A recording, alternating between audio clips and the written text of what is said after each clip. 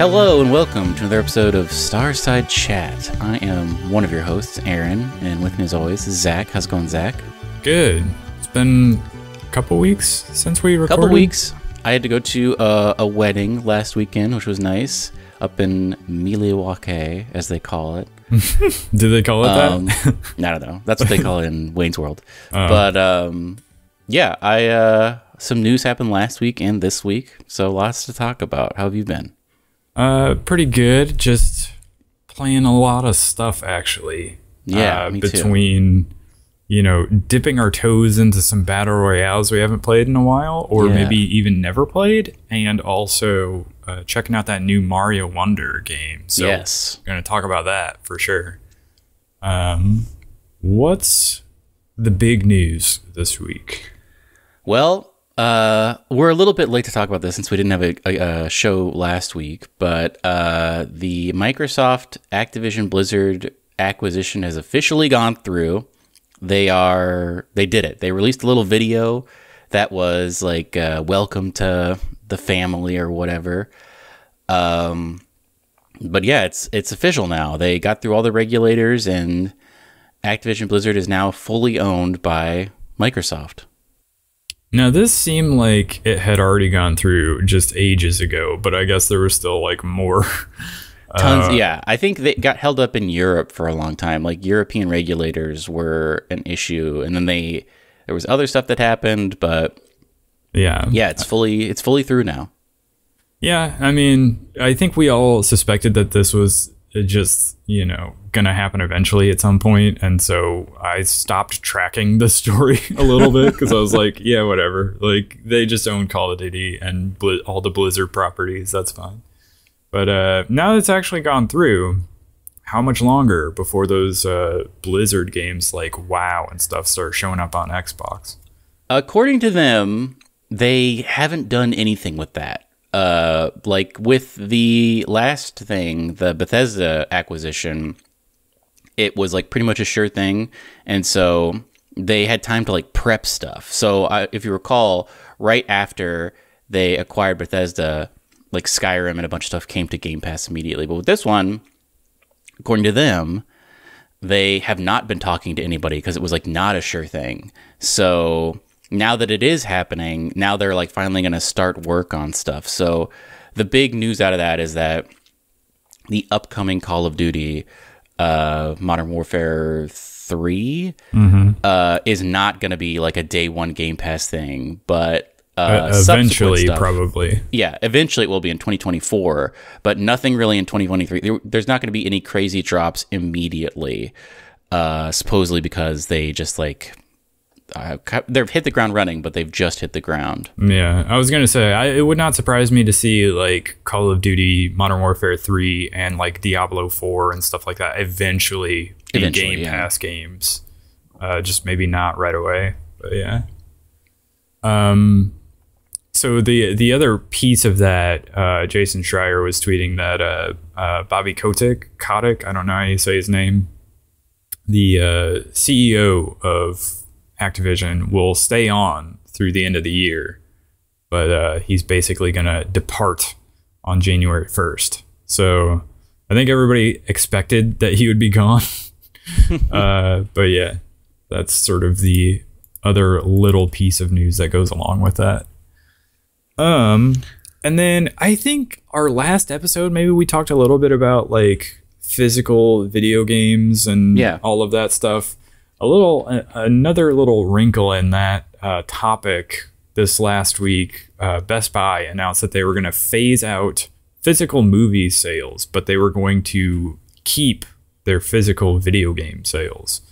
So I don't know if that says one thing about one industry and another about the other industry, but I am a little bit bummed to see them phasing out physical movie sales. I am too. Because, I mean, for a little while, Best Buy has been like a solid place to go if you want like a steelbook case of like a new movie. We talked about this on a previous show about how they had basically, in order to try to reinvigorate sales of like physical movies, it wasn't specifically Best Buy, but like Best Buy was a place you could get them. A lot of these like movie places were making like re-releases of like 4K Blu-ray movies in steelbook cases to try to get, you know, the market rolling again. Mm-hmm. And seems like maybe that didn't work, or if it did work, it's specifically through like Amazon or online retailers. And so I guess Best Buy is just not, movie sales isn't happening, I guess. It's a bummer. I mean, we're old, so we remember the joys of going to like a family video or a Blockbuster and like perusing DVDs. But I mean, that is no longer a thing, but we could still go to a Best Buy and peruse DVDs to purchase. Yeah. But I mean, we're getting to the point where everything is all digital, which is a real bummer. I think that like DVDs and Blu-rays will stick around just because you still can't really get that quality from streaming. Like the bit rates are still super low. Like I recently purchased a 4K HD DVD, and it's like a night and day difference as far as like watching something on like HBO Max or something versus the 4. Especially, I was taking full advantage of my Xbox Series X, which is like the only thing I own that can play 4K HD DVDs. Right. But I mean, it's a bummer, especially with like companies just being like, hey, this TV show doesn't exist anymore. Like, we're HBO, we made Westworld, but we never released it physically. So, yeah.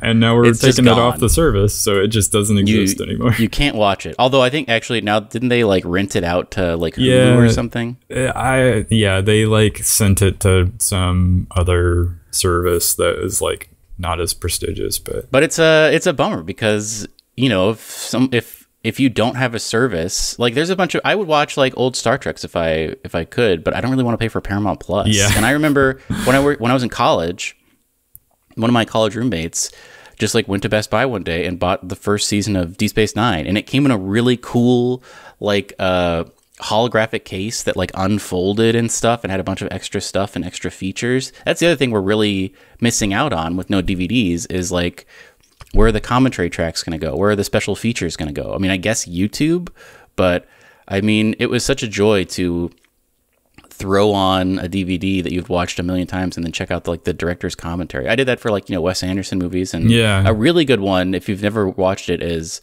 Kiss Kiss Bang Bang is a great little detective movie with Robert Downey Jr. and Val Kilmer. And they're both on the commentary track and they're having a great time with the director. And that's a really great one to watch. But like, you're not gonna be able to do that soon, you know? Yeah, I was gonna say, I have like, for whatever reason, it like really stuck in my memory watching the like commentary track of like the Darjeeling Limited, and I was like playing, I think it was Crisis 2 on like 360. I don't know why it's such a weird memory that somehow I remember I was like listening to that commentary track while just like playing through that game for some reason. But yeah, I guess you just don't get that stuff anymore. Maybe they'll stop producing it, which sucks a lot. I mean, we'll still have like Criterion stuff. Like the boutique stuff is still going to exist. Yeah, it's going to be like what vinyl is right now. Like you still, like, there is still a market for like physical music, but like you don't really go to Best Buy and like find physical music at all. You have to, you know, you have your streaming service that you listen to music on most of the time, but if you want, you can, like, there are all these sort of boutique like online retailers that will sell like a physical version of an album on vinyl that you can get. And I think that's where like something like Criterion will still exist. And like, I was thinking about it, like, I don't really buy, I'm not going to go to Target and pick up a physical Blu-ray of Dune or something. Yeah, Dune or something like that. But I would buy it digitally, and then when it ends up coming out on like Criterion, or there's like some crazy like, you know, steelbook case release of it, then I will pick it up physically. So it's still like and they want you to double dip, like, because there's always like the Blu-ray release, the 4K release, the 8K release, you know, and so it's just like a never ending, you have to rebuy the thing every time there's like a new format switch. But And this sort of ties into the next thing. Ubisoft was asked about the future of physical media in games. And, we were just talking about how Best Buy is not going to get rid of their physical games. Even though, I don't know if you've been to a Best Buy recently, but they're like physical games there. It's not as robust a selection as it used to be. It's definitely, in the one Best Buy by me, it's really pushed into the corner. And it's just like, there's an Xbox and a Sony and like half a row of Nintendo stuff. Yeah, and Target's even worse. Like, they still have their section, but like they have like display cases for stuff, but there's like nothing behind them. Yeah. So it's a little sad to go games shopping at like a Target or something. But anyway, Ubisoft was asked about this, and they said there's a collector's edition market. There's the aspect of gifting physical items and allowing access for people to be allowed or be able to easily purchase a game in a store and gift them to their friends and family. Some people will always want to own the physical disc. I just don't think it's going away. I do think physical sales might get lower over time, sure, but will it ever completely go away? I don't think so. So basically, they don't think that they will ever completely go away. But I wonder, because we were talking, I think last show, about how like Microsoft's, revision of the Xbox Series X being all digital is maybe a sign of things to come, where whatever they call the next Xbox, the next generation of Xbox consoles, if that ends up being all digital, there just would never be physical copies of games for that. Yeah. But I do think like Nintendo, we already know will have like a slot for game carts on their next console. At least that's what we think for the Switch 2. That's what the leaks have said. Yes. And I suspect that Sony is not going to drop the disc drive on the next console. Their revision, their it's not mini, it's slim is what I guess they call it, does come without a disc drive, but you can like pop off the side panel and attach a disc drive. Yeah. I can see them That's maybe very cool. Yeah, I can see them maybe doing something like that for the PlayStation 6, but I think those two, way more than Xbox, benefit from this collector's edition market that this Ubisoft person was talking about. Yeah. So I think that will continue on, hopefully. But I guess we'll see. I mean, I played a digital download of Hollow Knight, and then I bought, like, months later after I'd beaten it and it was already done, I bought a collector's edition. So like, I think it's right that even more so than movies, people will want to own a physical version of a game just because they connect with it more. Mm-hmm. But also, wouldn't it be crazy if there were collector's editions of movies? Like if the Meg 2 came with like a 1/18th scale Meg model. Like, it's cool that you can get like a special version of Doom that comes with like the Doom Marine's helmet or whatever. Yeah. But if you were to get like some sort of like Killers of the Flower Moon special hat or something with your DVD. Yeah, why don't they do that? Like, you know what, actually, I say that. When I was a child, I went to, man, I don't remember the name of this. It was like maybe an EB Games. It wasn't an EB Games. It was a Suncoast or something. It was something in a mall. Oh, yeah, Suncoast.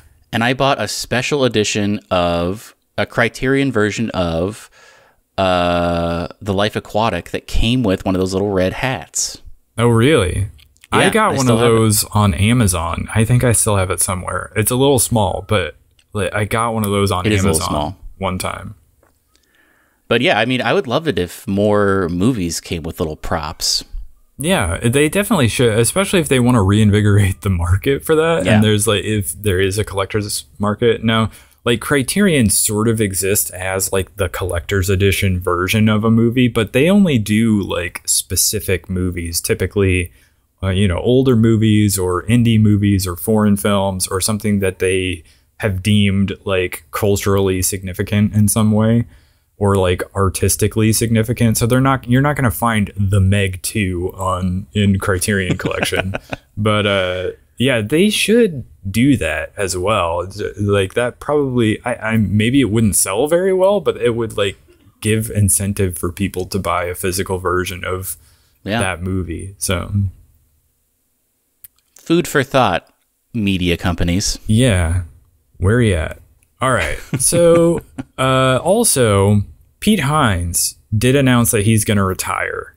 He's the head of publishing for Bethesda. And I didn't know he was that old. How old is he? I don't know. I didn't think he was old enough to retire. It's going to be weird at the next press conference when we don't see him come out with his little... I feel like he's always wearing a t-shirt with a jacket, and he's kind of got his chest like pushed out, and he's like, "Welcome. Let's talk about everything." Like he's always the bookend for these, and it's going to be weird to not have him there. Going to be a different person now. Just give everything to Todd. Just make Todd do it all. That would be... I mean, it's think about this. We're probably not going to see Todd Howard for years because he only comes out for the big guns. Like, it's probably going to be Elder Scrolls 6, and it's like unless they have some kind of sort of secret thing in the wraps. Unless he may come out for DLC stuff for Starfield. I was going to say he might have more to say about Starfield, like whatever they're doing with that next. But I feel like we didn't see him for a long time while Starfield was in development. Yeah. Well, so he came out and was like, "We've got Starfield coming. We also have Elder Scrolls 6 coming." And they gave like teasers, and then he like went away for a long time.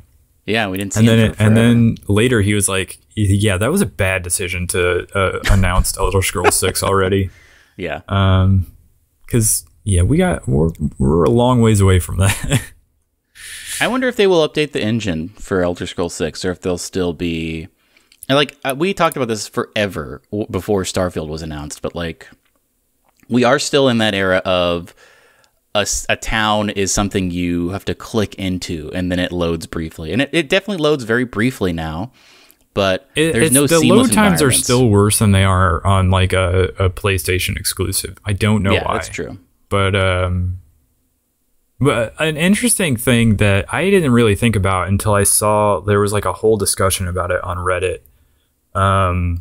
Because people have complained about Starfield and how it doesn't feel like a super modern, current gen game. It sort of feels a little bit stuck in the past, like maybe a slight iteration on something like Skyrim.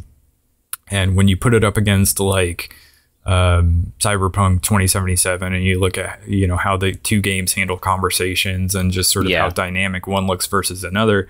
But somebody brought up a good point that like the reason they stick with the creation engine and the reason that their games look the way they do and feel the way they do is for the modders. Like you can't mod Cyberpunk 2077 the way you can a Bethesda game.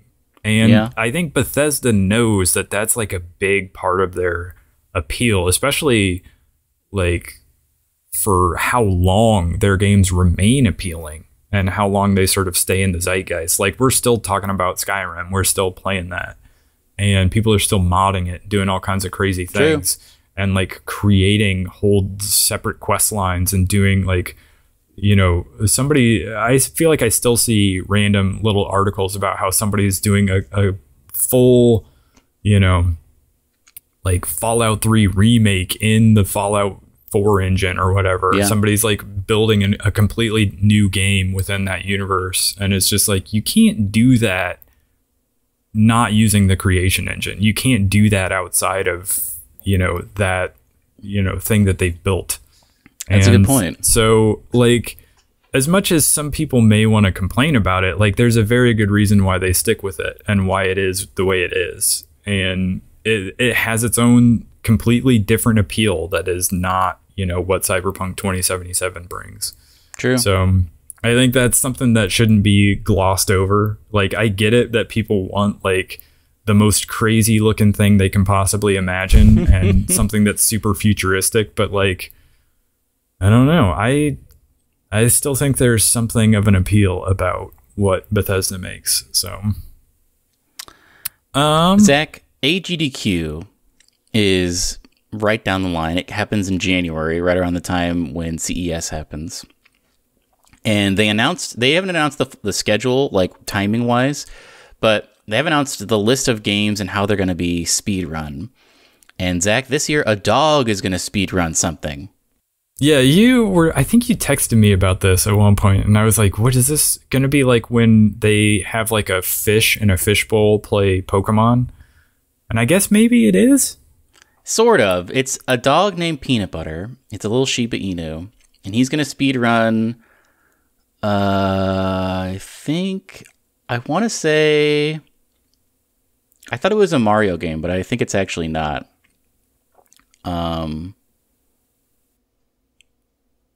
It's Gyro Mote, I think is the game. But he has a little like thing, a special built thing in front of him. It's like a blue, yellow, red little flipper that he can press. And he's gonna do it. He's gonna play this game for everybody. And it's gonna be great.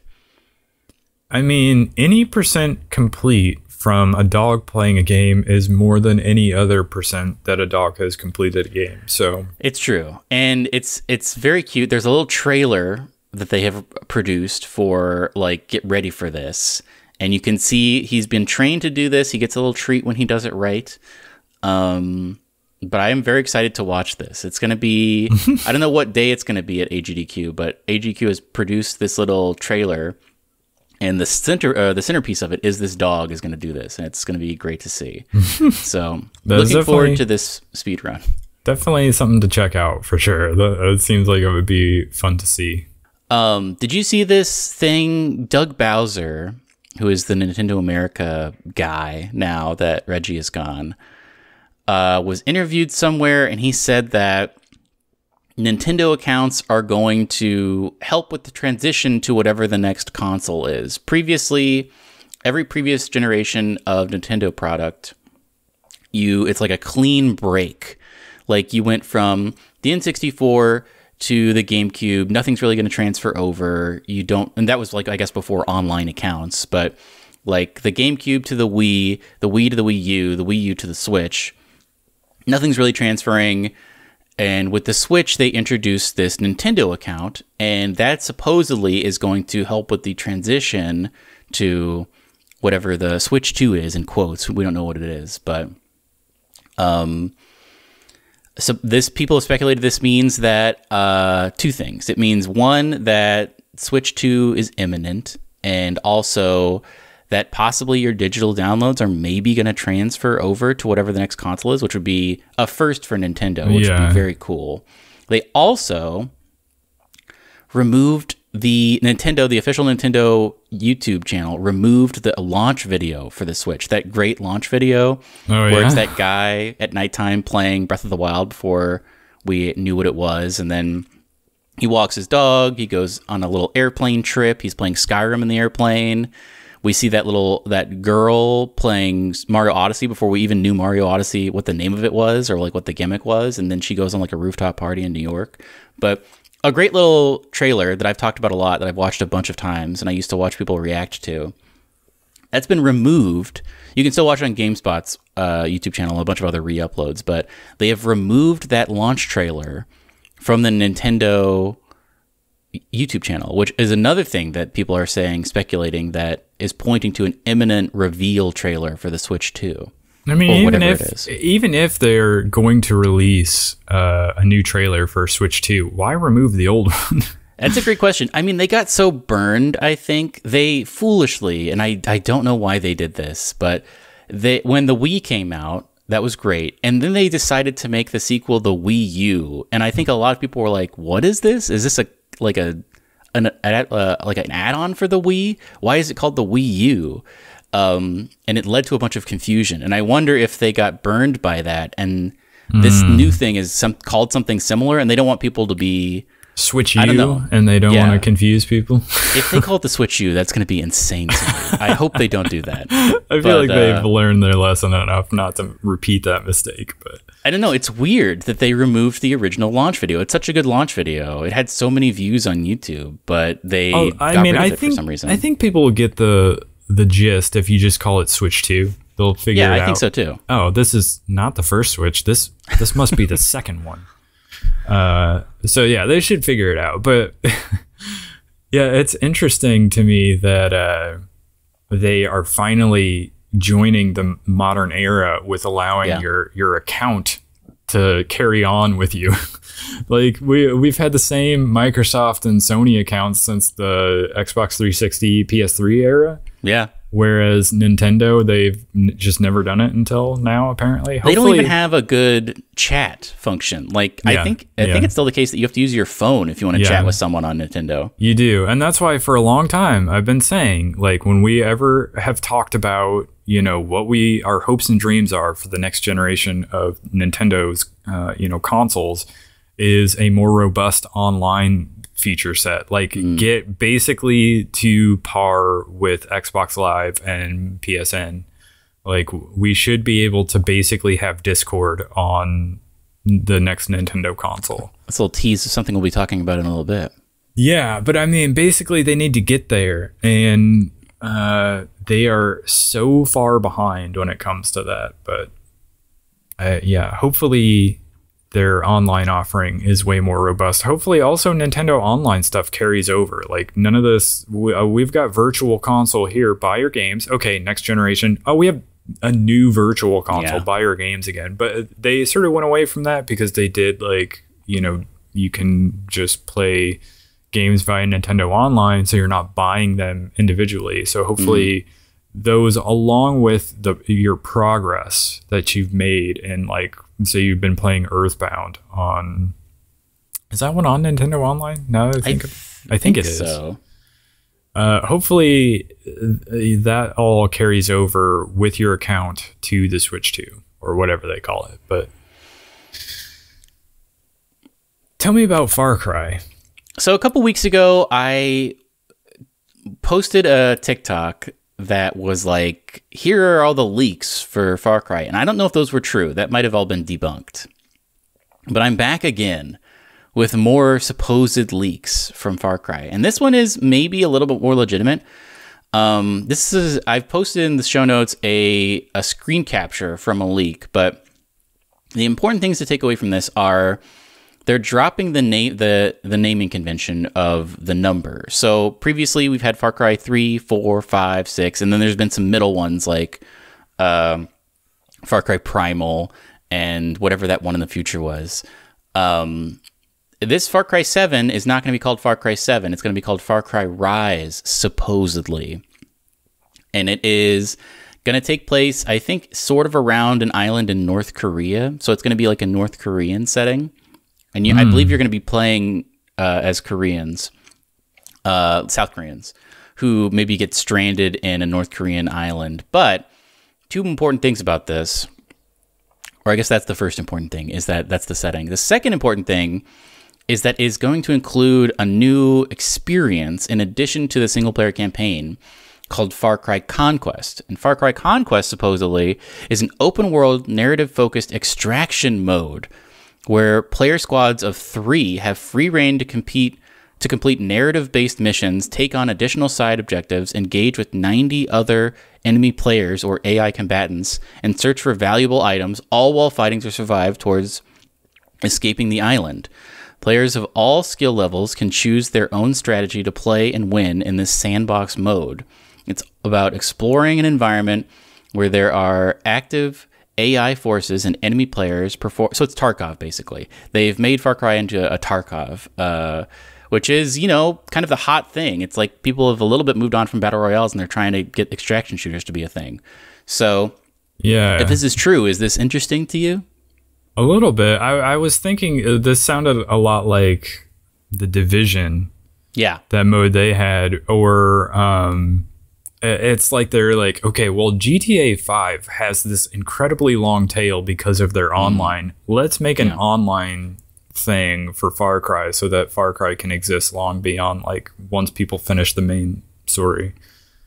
So that, I mean, I think that's a little bit interesting. I don't know. I haven't played Far Cry in so long though.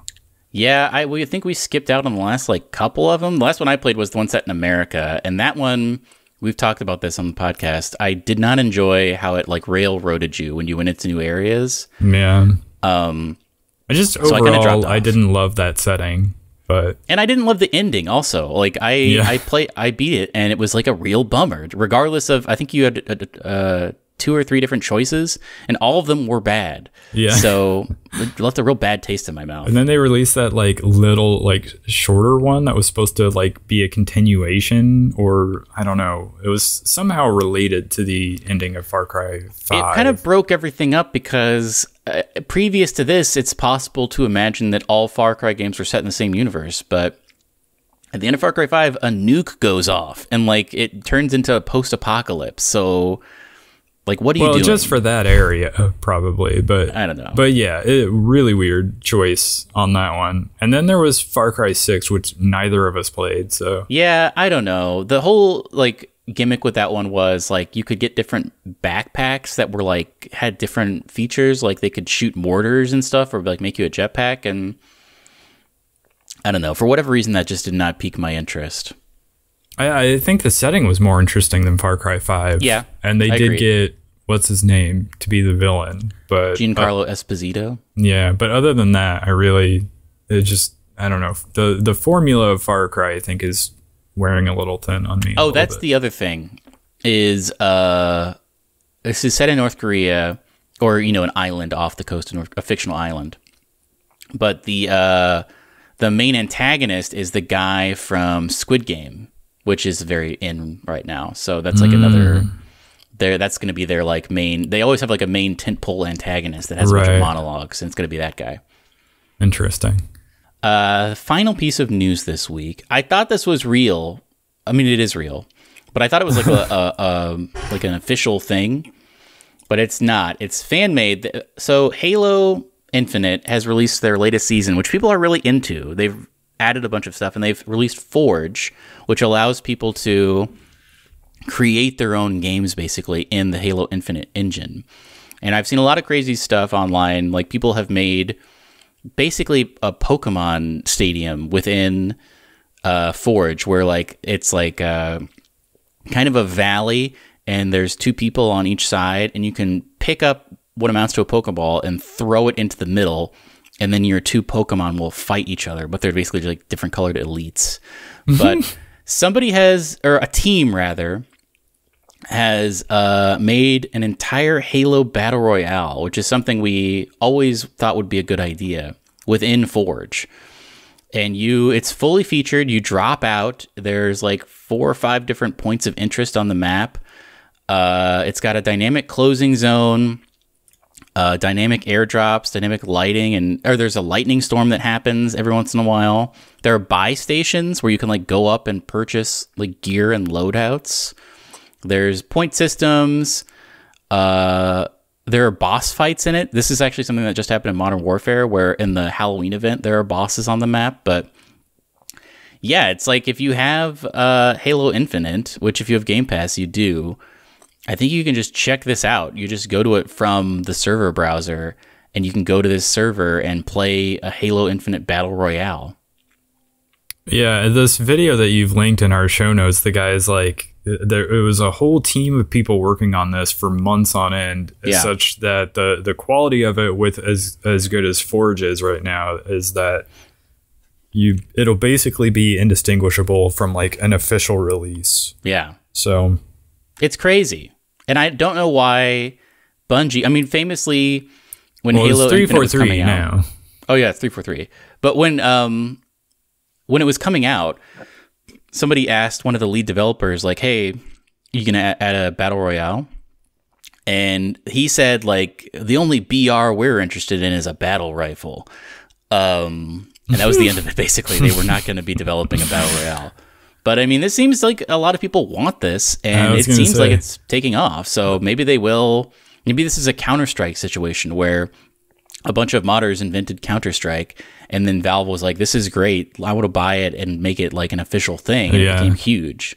So I was going to say, I can see them eventually being like, this is really good. There's clearly an audience for this and people are into it. So let's just like buy this and make it official and keep working on it. The main thing we'll talk about this in a little bit, but I enjoy battle royales. I'm always trying to chase the high that was the first couple months when PUBG came out. And everyone was like not super great at it, and I was also not super great at it, but we were all on the same level. It was just like very exhilarating. But the thing I struggle with in battle royales is I'm not that great. I'm an old man now. I'm not great at like, Twitch shooting at people. Yeah, the shooting. But I'm pretty okay with the Halo style of gunplay is like something that is burned into my brain from being in high school and playing it so much. So I'm like somewhat okay at it, and I enjoy it. And I feel like the time to kill is long enough where I don't feel like I'm immediately dead all the time when I play Halo multiplayer. So I don't know. This is interesting to me. I want to be able to play. I want to have the gameplay, the gunplay of a Halo game in a battle royale. I think that would be very fun. Well, I mean, you said it. It is on Game Pass, so you can just download this and try it. Maybe this will be our next battle royale adventure. Yes. To sort of get into, I don't know if we can come back to games that are out this week, because it's a good sort of transition to what we've been playing lately. You and I have joined forces to test out not just the Discord feature on the Xbox Series X, but also to try our hand at a couple of different battle royales. We've jumped back into Apex Legends, and we have tried out Warzone. For me, the first time. I think maybe you've tried it before, but I tried it a very, very long time ago, maybe like 3 or 4 years ago, very briefly on PC, enough that I did the tutorial, and I played like maybe 1 or 2 matches. But I want to talk about Discord for a second. Were you confused at all when you were trying to use Discord on your Xbox? I was. It eventually, like, once I got it working, I was like, okay, I get how this works. I thought I was going to have to download it as an app, but in fact, no, it's just built into the Xbox. It's built into the OS, it seems. You just, like, hit the Xbox button on your controller to bring up that little menu, and then you just, like, tab over. Yeah. And it's just, like, right there. I was trying to figure out how to download it for a long time, and then I like Googled it, and it was like, oh no, all you have to do is go to the party tab, and it basically is part of the party tab now, which is crazy, and also works super great. You just have to have, I mean, you and I can't chat one-on-one, which I'm not sure why that's the case, but yeah, you have we already have Discord server, I guess. Yeah, you have to have a Discord server, which we already have, so we just jumped into that. But it works seamlessly, and it even like pops up your names in the top left-hand corner, which is also great. Yeah, if you have a bunch of people talking. But yeah, a great feature. So it's basically the same as having like a party chat previously when you played games on like Xbox. But the cool thing about having it be Discord and not like Xbox Live is that you can also now be chatting with somebody else who's in your Discord server if they're playing on PC or on, PlayStation, which also has Discord support. I don't know how it works on PSN. I haven't tried it, but it's supposed to be there, which means, with more games being cross-platform, especially between like Xbox and PC, because there's obviously Game Pass for PC and Game Pass for Xbox, but also with PlayStation Network, if you wanted to play Apex Legends, for instance, and you had somebody on PC and somebody on PlayStation and somebody on Xbox, you could all just jump into your Discord server that you have set up, and everybody could be playing together. It's great. Yeah, it's a very cool thing. I got the itch. I'm still playing Starfield. I have not completed it, but I sometimes will get tired of the main quest and just want to shoot stuff. Yeah. And so I'll just like go to Freestar Collective and collect a bunch of like missions to go kill pirate lords. Although I can't do that anymore because I'm actively doing the Crimson Fleet quest line. I think you still can. They get mad. I get a thing that says like the Crimson Fleet has put a bounty on your head. You can't accept Crimson missions right now. Oh, interesting. I did that a couple of times. And I was like, what is happening? And then I realized like, they are like aware of me now. So yeah, I had to do one at one point, and he was like, he showed up as like blue instead of red, and so I was like, oh, he's not going to attack me because I'm also a pirate right now. You're part of them now. Yeah, but I just shot him down anyway, and I did not get a warning, so maybe it was because it was just the one. It wasn't a big deal, but no one else was able to see you. But I was in like a big group. But anyway, I was like, I want to like shoot more stuff. Maybe I should get back into Apex Legends. And so I downloaded another thing I think that prompted this was we talked a couple weeks ago about how everyone's playing Titanfall 2 now. Yeah, and people are into like the lore of Titanfall and speculating that maybe Titanfall 3 is on the way, but I downloaded Apex Legends. You brought up to me that there were other modes in addition to the Battle Royale, which really piqued my interest as well, so that kind of got the ball rolling.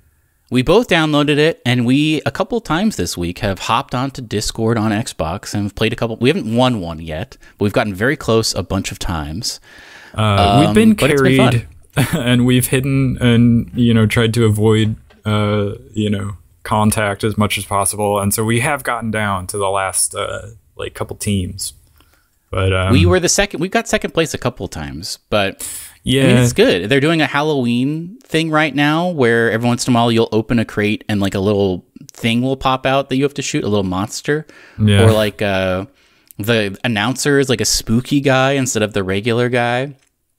But I'm really liking it. I forgot how much I liked Apex back in the day, and it's like great to play it on. I never really played it on console before. I pretty much only played it on PC, but now that I have this Xbox, it's been great.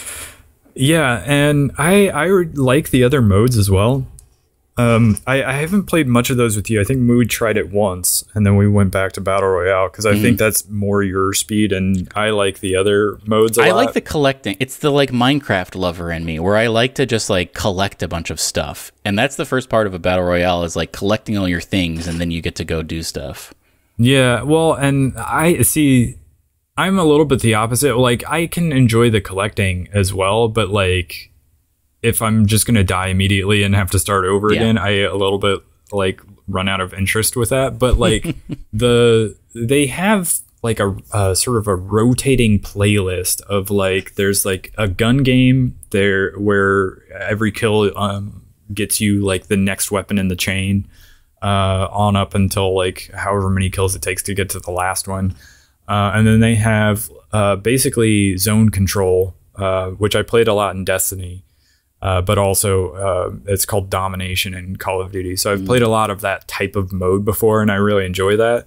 And then there's just like a standard team deathmatch. And what I like about having those modes is that it allows me to actually practice the gun, the gunplay. And so it doesn't feel like, well, it takes like, 15 minutes to get to a point where I actually get involved in a gunfight, and then I die immediately. And so I just never feel like I'm getting better at it. Whereas this is like an opportunity. If you die, you just immediately jump back in and you're like, okay, let me give this another shot. And so it doesn't feel like, well, you're cut off because you died and you failed and that's it. So you go back to the, square one. But I've enjoyed that. I thought that was a lot of fun. And so I probably would play more of that. It's a little bit like an Overwatch 2 thing for me, where I'm like, I just am in the mood for it for a time, and I'll play a little bit of it, and then I'm just off of it for a long time. And then maybe I'll get back in the mood again later and I'll play some more. Speaking of which, I did play some Overwatch 2. They have their Halloween event going on right now, and I played a little bit of that new cooperative thing they have in that, which was fun. And there was 2 new characters that I have, at least new to me, that I have not played before. So I tried out one of them, and that was pretty fun. But to go back to Apex, the thing that I think made me appreciate Apex even more was after we had played Warzone. Yes. So we did try out Warzone as well. What was your impression of Warzone? I didn't like it. And there's a couple things about it. Firstly, when you download Warzone, you can't just search for Warzone on Microsoft, on like the Xbox store. You have to download the full Call of Duty. You download like 5 games basically. It's super confusing. It's the menus are very confusing. We had a heck of a time getting into a party and playing. We ended up, I feel like, hacking it where like I joined your party, or no, you invited me, and then I was the one that had to launch you had to cede leadership of the party to me, and then I was able to launch the game. Confusing, unnecessary. And then we dropped in, and this probably isn't the case all the time, but it was the Halloween event, which meant, I mean, Apex has some stuff where like you open a chest and then like there's like a spooky zombie that will sometimes jump out at you. That's fine. I like that. But in Warzone, almost every chest or duffel bag I opened up, a huge jump scare like face popped up on screen, and I didn't like it. Like a ghostly face just like pops up on your screen super fast, and there's like a really loud sound that like blows your eardrums out, and you're just like, it's terrible. I did not need this. I like the gunplay of it, and it looks super cool, but I don't know anything about the guns in Warzone, and it's not as simple. It's like Apex simplifies it to be like, these are heavy weapons, these are snipers, it needs this type of ammo. And also in Apex, there's all these quality of life things where like if you see an attachment, it'll say this attachment can go on this gun. Do you want to just immediately do that? And then yeah, of course I do. And then also, I don't know, like guns you find in Warzone already have attachments on them, and there's not really a way to like mod them on the fly because they want you to mod them outside of the game. They want you to like weapon tune them or whatever, which is another thing I don't really want to engage with. And apparently you get unlocks. You don't start off with all the weapons available for you to create your loadout. You have to like play the multiplayer mode to like unlock attachments and stuff to get the best stuff. But there's stuff I do like I like being able to redeploy the parachute whenever, and the movement is really good. I like the concept of the gulag. I think that's a really cool concept that I think Apex could steal, and it would be very cool. There were some good ideas there. Like I also talked about how like when we were playing, I liked how they had like basically just like a fake team deathmatch before the actual start. And also like I, as somebody who would probably play more of the regular multiplayer mode than the actual battle royale, like tying it in some way so that there's like some sort of carryover, so it feels like one big family instead of like separate games. I think that is like a good idea probably overall, but yeah, to your point, like just not having any of the unlocks available does make you feel at a disadvantage if you're joining it so late in the game. So I like the health more, I think, than in Apex Legends. In Apex Legends, you have your base health, but you also have your shield, which is fine, but it means you have to carry multiple health items and you have to like kind of prioritize things. In Warzone, you have the same, like it's standard like current version of an FPS where if your health goes down, it'll eventually slowly refresh. It goes back up. Yeah. And the only thing you have to worry about is your armor plating, which is just like one button you press and you very quickly slot in more of it and you can have up to 3. Yeah.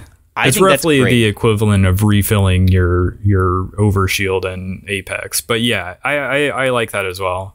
I think that's much. I get why it takes a long time to refill your shield in Apex and to like use a Phoenix kit. But I don't know that that's fun, and I think it would be more fun if they simplified it down to like the Warzone level, and you just had shields, and you didn't ever have to worry about the health like bar. Health packs. Yeah, exactly. But I mean that's minimal things. Overall Apex is my preferred one right now, and I think I'll continue to play Apex. I don't know if I will. Well, so here's the other thing. The big sticking point for me, and why I would continue playing Apex over Warzone, is that there are additional modes to play in Apex that you would have to pay for in Call of Duty. And I was texting you about this, but it baffles me to no end that if it's a free-to-play game like Apex or Warzone or Fortnite or Overwatch 2, you're good to go. Just download it, play it online all you want. But the second that they charge for the game, like the main Modern Warfare 3, or if it's like Battlefield or something, suddenly now you have to also subscribe to the $16 a month tier of Game Pass in order to get Xbox Live to be able to play it online. They like lock you out. It's like being penalized. Oh, you bought this game? Well, now you have to pay even more. It like makes no sense to me at all. Oh, it is completely baffling to me. It's going to be a moot point next year because it's all just going to be under Microsoft and it'll probably be much better. Well, yeah, right now it doesn't charge you for it. Like, I think it's the same on PlayStation. Like, for whatever reason, because they've decided that they still need to charge for Xbox Live and PlayStation Network, where if you're on PC, you just play games online. You don't have to pay for any sort of subscription service to be able to access the online features. That's how it should be. Like, there was a time in the 360 days and the PS3 days and the like early days of Xbox Live and everything where it made sense that like in order to get the fledgling service going and to sort of maintain it, where they would have to make you pay a subscription fee to play games online. I could understand that. And there was like a notable difference between the quality of Xbox Live and PSN in those days, because PSN was free on the PlayStation 3, but you had to pay for Xbox Live to play games online on the 360. But now they're getting their monthly subscription through other means. Like they're getting you to pay for Game Pass. They're getting you to pay for PlayStation Plus, you know, for those additional games that you get online. That makes sense to me. We just need to be rid of this tier that involves having to pay to play the games online, because it doesn't make any sense anymore. And so it is making me not want to buy or play Call of Duty, because I don't want to also have to then on top of that pay a monthly subscription fee to be able to play it online, whereas I can just download Apex Legends and play it all I want. Yeah. So I don't see myself like, sorry, developer of Call of Duty, I'm just not going to buy your game, because it would mean I would also have to pay for a subscription fee. Whereas I can just go play Apex Legends all I want.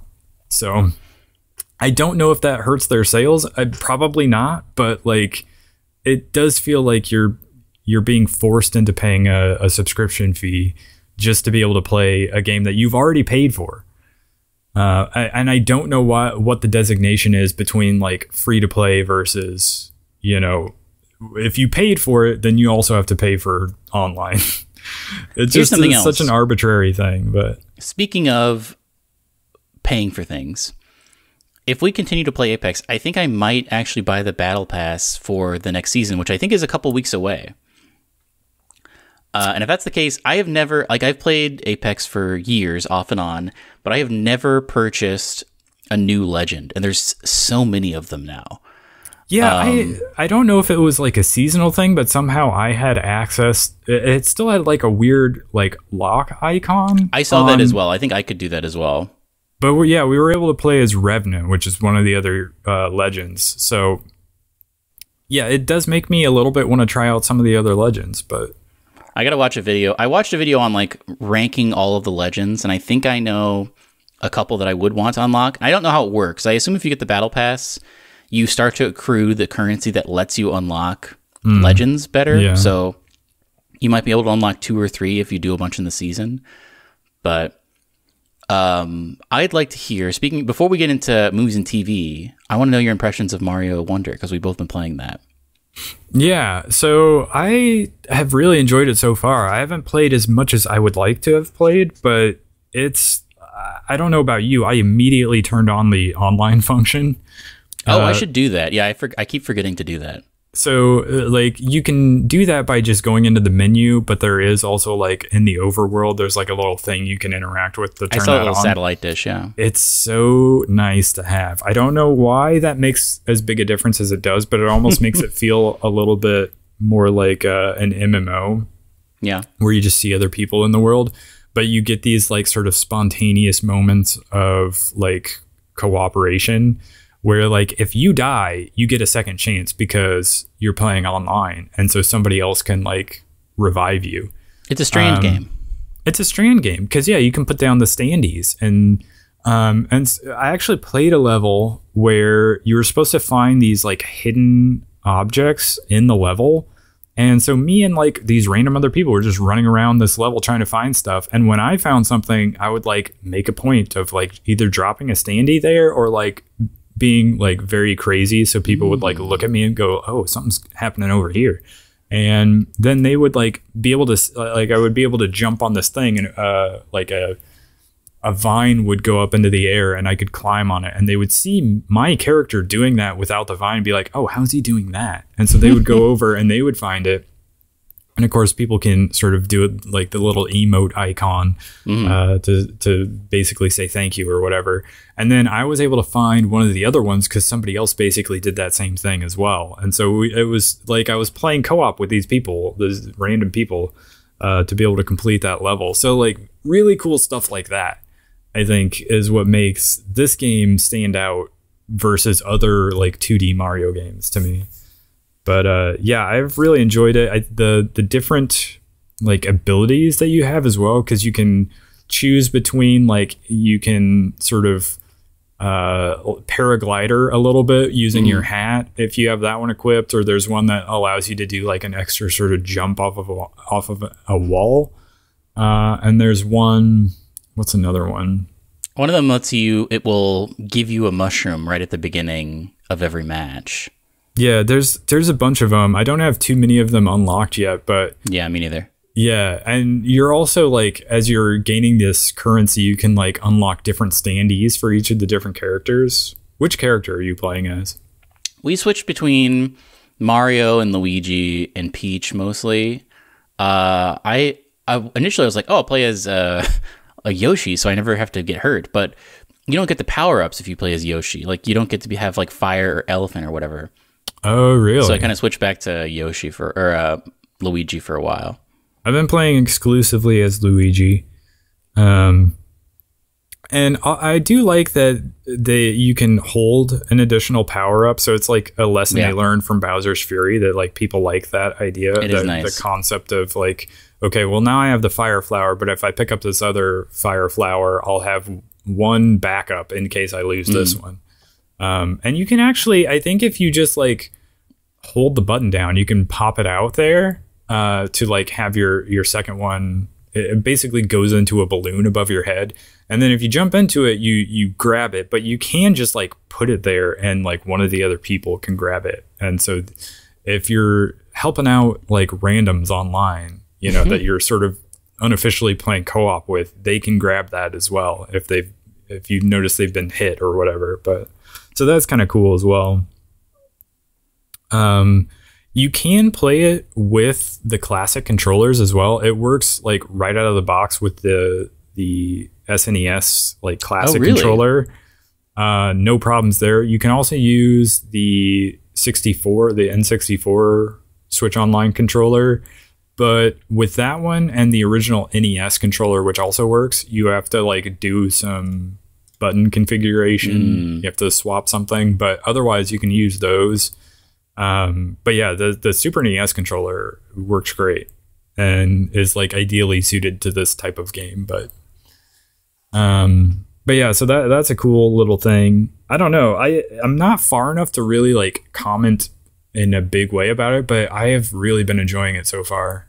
I have too. I'm also super not far. I think I've completed most of the first zone. I'm about to do the first like Bowser's Castle type area. But yeah, I'm loving it. Everything is very whimsical. I really liked that second level where there was like kind of a musical thing going on and all the piranha plants were dancing around. So crazy.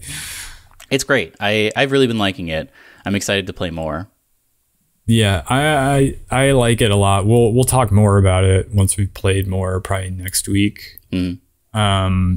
Also out this week, Wizard with a Gun. This is kind of an Enter the Gungeon like game, sort of a roguelike that I think has been getting somewhat mixed reviews.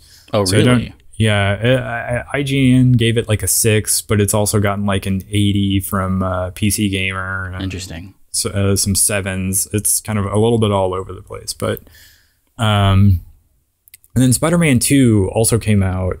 A huge release. Yeah, a huge release. Neither of us are playing it because we're not big Spider-Man people, but it's getting good reviews. So I think it's got a 91 on OpenCritic. So wow, doing pretty well. Mario Wonder has a 92, so they're like neck and neck there. So, what else have we been playing, watching?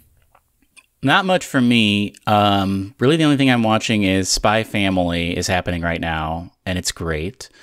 It's that anime where there's a telepathic little girl who has a spy for a dad and an assassin for a mom, but neither of the parents know that the other one is that thing. Very good. I really enjoy it. And then also, I've been watching that Loki show. The second season of Loki came out. I've kind of fallen off on Marvel stuff, but the production design on that show, it mostly takes place in this like weird retro future. It kind of reminds me of like the Hatch from Lost, but like all of the props they use are just like so crazy to see. I feel like the production design on this more than any other Marvel show is just like so high because they have to build all these crazy sets and props. And also I love Owen Wilson. He's great in that role. But pretty much only those two shows. But I'm very interested to see the old spooky season movies you're watching. Oh, yeah. So over the last like couple weeks since we last recorded, I watched the old, I think it was from the 1930s, that old Dracula movie. Whoa. And I had never seen it before. But I had seen the Mel Brooks like parody, what is it, Dracula Dead and Loving It. So it was like a weird to sort of watch those in reverse order, basically, and to see like the old what's his name? I forget his name. The main Bela Lugosi. Yeah, Bela Lugosi. To watch that one and then see the scenes and be like, oh yeah, I remember this from the parody. This is where that one funny thing happens. And so it was like really weird to watch it that way. But so I watched that for the first time. And that was good. It was cool to see. And then I watched The Mummy. I have seen The Mummy. Boris Karloff as the Mummy.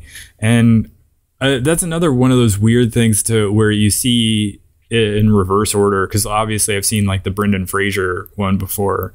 And obviously like that one, like special effects wise, is like so incredibly far advanced compared to the original or the old one. But I just had never seen those two before, and I was like browsing my Amazon Prime and happened to see those, and I was like, yeah, why not? It's that season. Let's go ahead and watch these. And so I watched those. And then I did watch what else was it? It was Renfield, that new like Nicolas Cage. Where he's Dracula. He's Dracula. Does he play a good Dracula? You don't get as much of him as you would like, or you think you were going to. And that movie is like so absurd on so many levels that it's like, I think it's bad, is what I would say.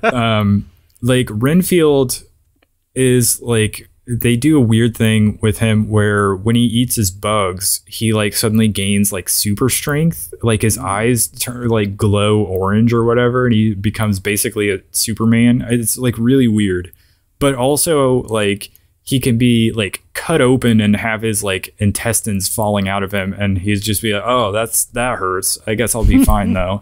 It's like really weird stuff like that. And I don't know. It was not as good as I was hoping it would be. Like when they say they're doing a Dracula movie with Nicolas Cage as Dracula, like that sets my mind on fire of the possibilities. But then you watch it and you're like, oh, that's really not that good. So those are the movies I've watched lately. I did also start watching, Amazon Prime has brought back Takeshi's Castle. If you recall the 80s game show, like Japanese game shows are amazing. You should just just go on YouTube and search for Japanese game shows. And they have some of the weirdest, most fun and interesting game shows imaginable. And Takeshi's Castle was one of them. I'm a big fan of Beat Takeshi. I like his movies a lot. I've seen a bunch of them. Some of them are even like at times vaguely Wes Anderson like in a weird way. And so, but he does a lot of like gangster movies, but he also has like some lighthearted, like family friendly stuff. Like Kikujiro is one where I think that's like, maybe the only one I've seen of his. It's great. It's very, very good. soundtrack by what's his name? The guy that did soundtracks for all the animated movies for Hayao Miyazaki.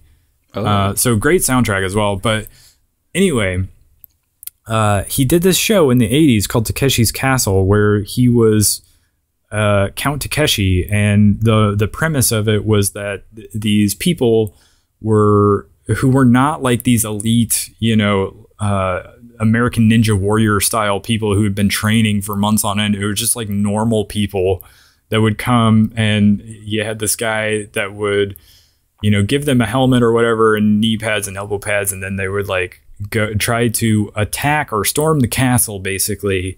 And Count Takeshi had set up all of these, crazy, I don't even know what you would describe them as. It's like an obstacle course. Yeah, sort of an obstacle course where they would have to games. That they would have to clear in order to get to the castle. And so that was sort of the premise of the game show. And there are all these sort of insane things, like you would have to run across these rocks across water, and some of them were solid, so you could run across them, and others would sink, and so people would fall down. And they had just a lot of really fun ones. And in like the early 2000s, the show got like re-edited and redubbed. Basically, it's like an abridged version of an anime. In America, it was MXC, Most Extreme Elimination Challenge. And so you can look those up on YouTube. There was a British one as well. I forget what that one was called, but really funny to watch. And I have like really strong memories of, I think it was like, maybe I was just out of high school in my community college days, but I would watch episodes of it on Spike TV of MXC. They would have like 4 in a row sometimes. Yeah, it was crazy. And then I would go off to class and I would come back and I would watch more. But it was such a funny show, and I loved what they did with that. And I'm a little bit curious if they'll come back and do more episodes of MXC based on this new Amazon Prime show. But crazy to have it come back, and but not the MXC version. It's the actual Takeshi's Castle version. And so it's just been fun to watch that and see some of the ways they have sort of brought back the classic obstacle course things to clear, but like have a new twist on them, or like they will have a completely new event of some sort. I'm only like maybe 2 or 3 episodes in, but I'm liking it. It's a fun thing to watch if you have Amazon Prime. It is in Japanese, so you have to turn on the closed captioning, so you won't, like, there's not an English dub to it. But anyway, I've been watching that lately, and it's been fun. I'm realizing I've seen one more movie with Beat Takeshi in it. Which one? Johnny Mnemonic. Oh, is he in that? He's the big CEO of whatever the tech company is that eventually learns like the secret to what's going on. He has like visions of his dead wife or something, or his dead wife is maybe like in the ghost in a machine or something. He has only like 5 scenes, but I feel like I maybe have seen another Japanese movie of his. I always wanted to see that fireworks one, or Hanabi or whatever it's called, Hanabi. Yeah. But I never watched it. I've never seen any of his like crazy cop movies. I've pretty much only seen Kikujiro and maybe one other lighthearted one. But he seems like a crazy guy. Zatoichi the Blind Swordsman. I own definitely that movie. Oh, you do? That one's definitely a good one to check out. Yeah, it's a great one. I forgot he was in Battle Royale as well. Oh, I've seen that too. You've seen more. Yeah, you've seen plenty. I guess I've seen a lot of movies. I did see the brother where I have not he's seen like that. A gangster and Omar Epps is in it. That one was a cool one. Kikojiro's great. And then let's see, Sonatine. I loved Sonatine. That's a high recommend for me. Is that a cop one? No, he's like a gangster, and he's a Yakuza, but he's trying to like end this gang war. And I feel like at one point they end up on the beach just trying to lay low for a long time, and it becomes this like sort of lighthearted comedic like lengthy scene where they're just hanging out on a beach.